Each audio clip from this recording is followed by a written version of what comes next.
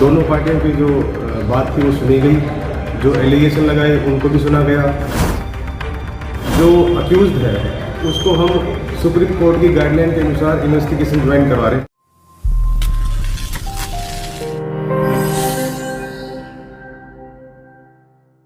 मशहूर डांसर सपना चौधरी के खिलाफ पलवल के महिला पुलिस थाने में सपना चौधरी की भाभी द्वारा दर्ज कराए गए दहेज प्रताड़ना के मुकदमे में 25 दिनों तक पुलिस के साथ आंख मिचोली का खेल खेलने के बाद आखिरकार सपना चौधरी और उनकी मां नीलम भाई कर्ण को पुलिस के सवालों का जवाब देने के लिए शनिवार को पुलिस जांच में शामिल होना पड़ा और पुलिस द्वारा पूछे गए सवालों का जवाब देकर अपनी सफाई पेश करनी पड़ी। हालांकि अभी तक की पुलिस पूछताछ के दौरान सपना चौधरी की भाभी द्वारा लगाए गए आरोपों में सपना चौधरी व उनकी मां नीलम की कोई गलती सामने नहीं आई है।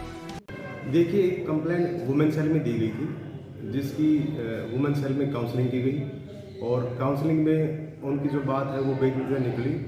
उसके बाद महिला थाने में एक मुकदमा 498, 323, 377, 506, 406 आईपीसी में दर्ज हुआ, जिसमें ऑनरेबल सुप्रीम कोर्ट की जो गाइडलाइन है उसको फॉलो करते हुए दोनों पार्टियों को नोटिस देके थाने में बुलाया गया था। दोनों पार्टियों की जो बात थी वो सुनी गई, जो एलिगेशन लगाए उनको भी सुना गया और जो अक्यूज्ड पार्टी थी जिन्होंने जो एविडेंस दिया उनको भी हमने लिया है और उस आधार पर हम आगामी कार्रवाई कर रहे हैं। जो कंप्लेनेंट है जिसने अपने पति के ऊपर आरोप लगाए हैं उनको हम इन्वेस्टिगेशन ज्वाइन करवा रहे हैं। ये जो मुकदमा है ये करण और नीलम और सपना चौधरी के खिलाफ था। जो कि करण है वो जो कंप्लेनेंट है उसके हस्बैंड थे और जो नीलम है वो उसकी सास है और जो सपना चौधरी है वो कंप्लेनेंट की ननद है।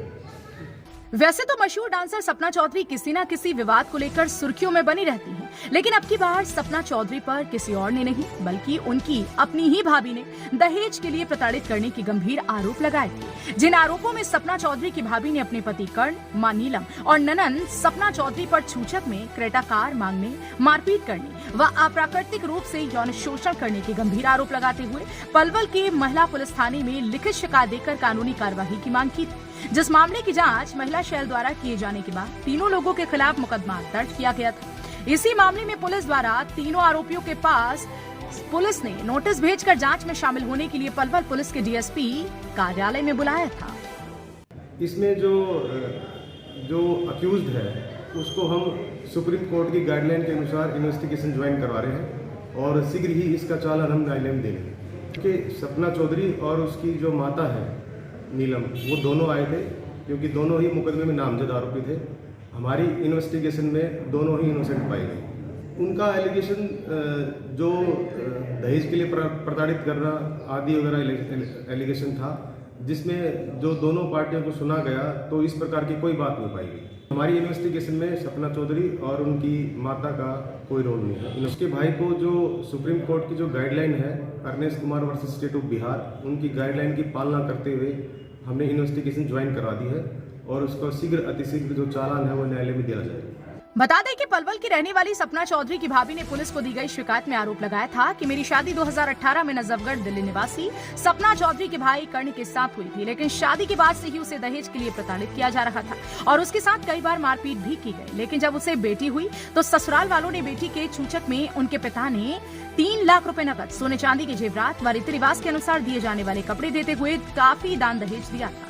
लेकिन उसके बाद छूछक में क्रेटा गाड़ी के लिए प्रताड़ित करने लगे और उसके पति कर्ण उसके साथ शराब पीकर मारपीट करने लगा, जो ससुराल पक्ष द्वारा ज्यादा प्रताड़ित करने पर 6 महीने पहले अपने मायके पलवल पिता के घर पर आ गए, जिसकी शिकायत महिला थाना पुलिस को की गई। जिस मामले में महिला थाना पुलिस ने पीड़िता के पति करण, ननंद सपना चौधरी और मां नीलम के खिलाफ 25 जनवरी को मुकदमा दर्ज किया था और सुप्रीम कोर्ट की गाइडलाइंस के अनुसार पूरे मामले की गहनता से जांच की जा रही है। आरोप तय होने पर आरोपियों की गिरफ्तारी की जाएगी, लेकिन देखना इस बात का होगा कि मामले में सपना चौधरी की भी कोई गलती पाई जाती है या फिर सपना चौधरी पर लगाए गए आरोप गलत साबित होते हैं। हरियाणा वरदान के लिए पलवल से गुरुदत्त गर्ग की रिपोर्ट। देश व प्रदेश की खबरों को सबसे पहले देखने के लिए हरियाणा वरदान चैनल को सब्सक्राइब करें, लाइक करें व शेयर करें।